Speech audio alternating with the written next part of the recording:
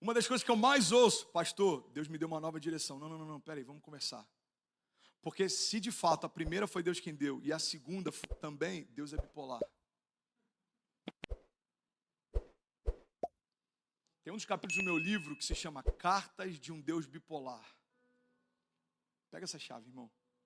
Paulo diz o seguinte, olha, vocês são como cartas, escritas pelo próprio Deus.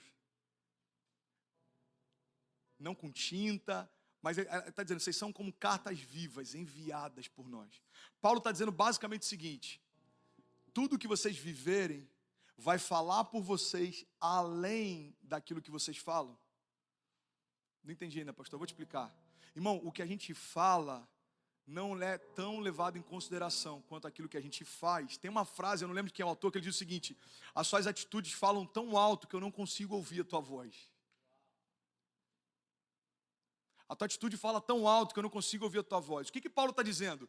O que vocês vão viver vai se tornar a sua mensagem. Vocês se tornaram a mensagem. Faz sentido até aqui? Diga amém.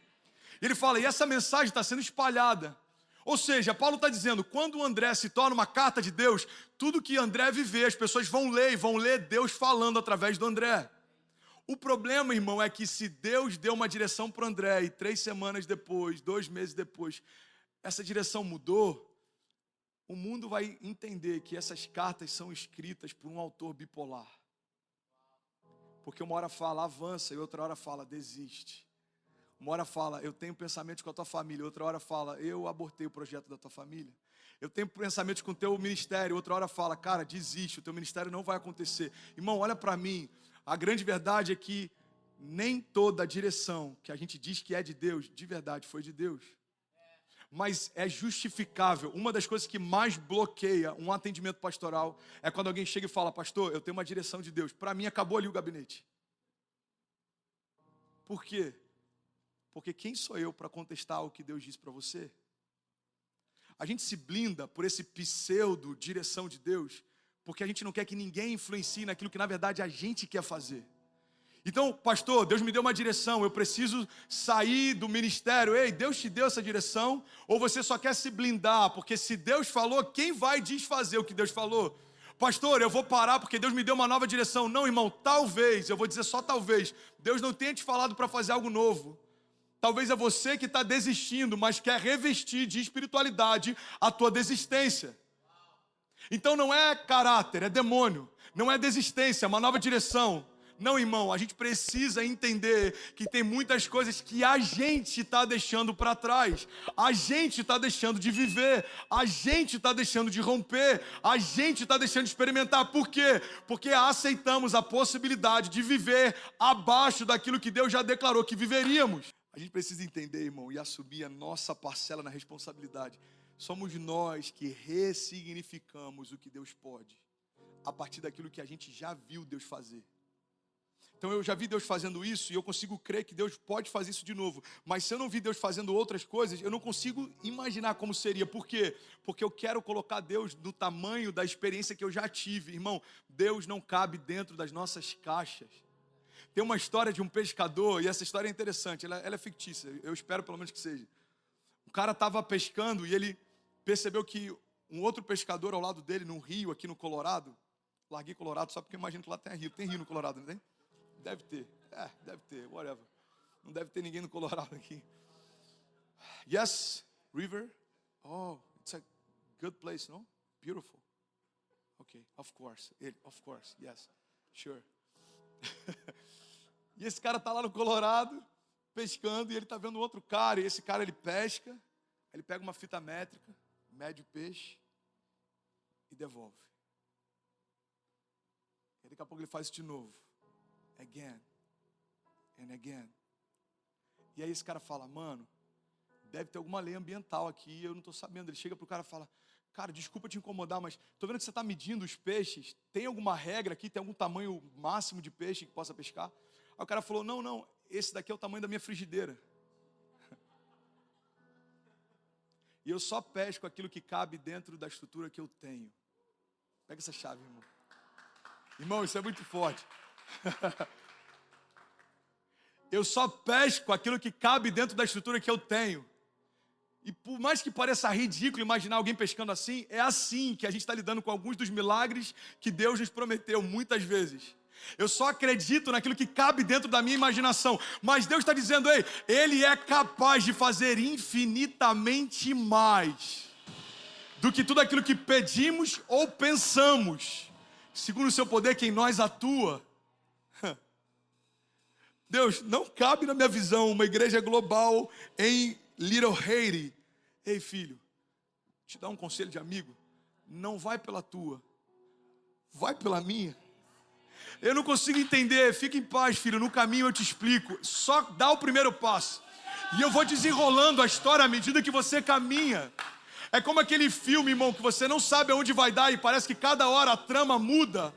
A gente ama bons filmes assim, mas a gente não consegue celebrar quando Deus está fazendo assim na nossa história, porque a gente quer parar tudo no meio da história e falar, não, peraí, me explica para onde você está me levando. Porque se eu não entender o final da história, eu não vou mais andar. E Deus está falando, ei, filho, você não vai entender o que eu tenho para você, porque não faz sentido hoje. Então continua caminhando, não faz sentido, irmão, recebe isso em nome de Jesus.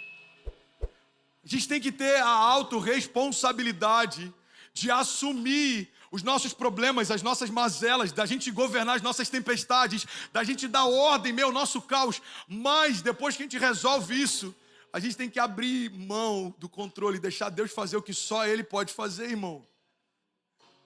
Só Deus poderia fazer 90% do que você já viveu até aqui, irmão. E eu vou ser muito sincero. Tem um dos caras que está aqui que eu lembro que quando ele se apresentou, ele falou, pastor, vim do norte, estou trazendo a minha empresa para cá. E eu literalmente vendo gelo na neve. Eu falei, como assim, mano? Gelo na neve? Eu vendo açaí numa das partes mais frias da América. Irmão, a gente já viu Deus fazendo coisas sobrenaturais o tempo inteiro. Tem uma pessoa que faz parte da nossa igreja, eu não vou citar, mas eu lembro que esse cara chegou a primeira vez e falou, pastor, eu estou aí, o que você precisar. Eu falei, tá bom, fica à vontade. Olê, conecta ele aqui, ele quer servir com a gente. Aí, semana seguinte eu cheguei, ele estava aqui de roupinha de academia, ajudando a montar os andaimes. E aí, mano, como é que você está? Tudo bem? Ah, pastor, estou bem e tal. O que você precisar, estou aqui. Eu falei, beleza. Aí, semana seguinte, ele deu um gift card para a igreja, acho que $3.000, $4.000. Pastor, da BH Foro, eu estou vendo que vocês estão investindo em streaming, imagino que vocês possam precisar de equipamentos, está aqui uma oferta. É porque eu tenho um canal de televisão no Brasil e eu sei como é que funciona isso. Peraí, como é que é? O cara tem canais de televisão no Brasil e está de camiseta montando andaimes. Irmão, quem lembra de onde Deus tirou, tem prazer em continuar construindo algo com Deus. O problema é que a gente esquece de onde Deus tirou a gente. É por isso que eu falo, eu não me canso de falar, irmão, o nosso problema nem sempre é falta de fé, muitas vezes é falta de memória. Esquecemos de onde Deus nos tirou, esquecemos do que Deus já nos livrou. Se você esquecer, irmão, você começa a achar que tem a ver contigo. Ei, deixa eu só te lembrar, não tem a ver com você. Tem a ver com o quanto Deus te ama e o quanto Ele quer fazer, apesar de você. Então não esquece de onde Deus te tirou, irmão. Deixa Ele continuar fazendo. E essa linha tênue. Pode parecer que está confuso esses dois momentos da mensagem, mas é aqui que eles se conectam. Uma coisa não precisa anular a outra. Eu preciso ter controle sobre aquilo que eu tenho responsabilidade, mas eu preciso abrir o controle daquilo que só Deus poderia fazer, irmão. Eu preciso assumir a minha parcela de culpa, de responsabilidade, mas eu preciso abrir mão do controle, porque só Ele pode me levar aos lugares que me disse que iria. Você está comigo ainda?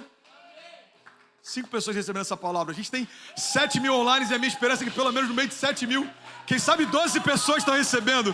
Quem sabe 15, não sei, 30, 40 pessoas talvez estão recebendo. É mais fácil dizer que tem uma nova direção do que assumir que a gente desistiu da primeira. Irmão, é mais fácil culpar outros pelo meu deserto do que assumir que eu, em algum momento, comecei a andar em círculos porque tive medo de vencer os meus gigantes. O povo chega diante da terra prometida, olha que louco. Deus livrou do Egito, Deus livrou do faraó, Deus livrou das pragas. Deus disse, coloca sangue nos umbrais da porta e eu vou livrar você do anjo da morte. Deus livrou da morte, Deus livrou do mar, Deus livrou dos soldados de faraó, Deus livrou dos exércitos. Deus livrou do calor, Deus livrou da fome, Deus livrou da seca, Deus livrou do frio. Mas quando chega diante da terra prometida, eles não conseguem confiar que Deus vai livrar eles dos gigantes também.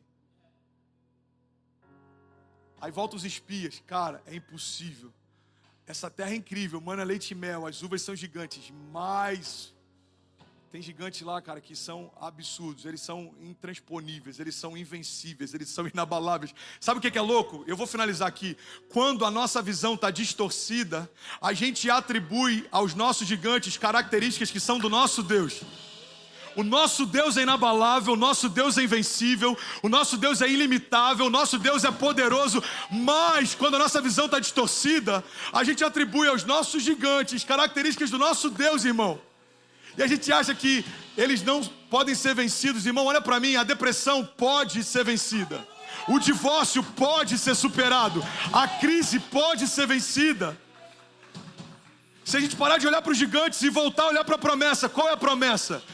Um dos espíritos está falando aí, vocês esqueceram, cara, Deus deu a promessa, a gente vai entrar na terra prometida. Essa terra é nossa por herança. Alguém tem que despertar a gente e falar, irmão, você esqueceu, Deus já tinha dito, os gigantes já faziam parte, mas a despeito dos gigantes, existe uma promessa.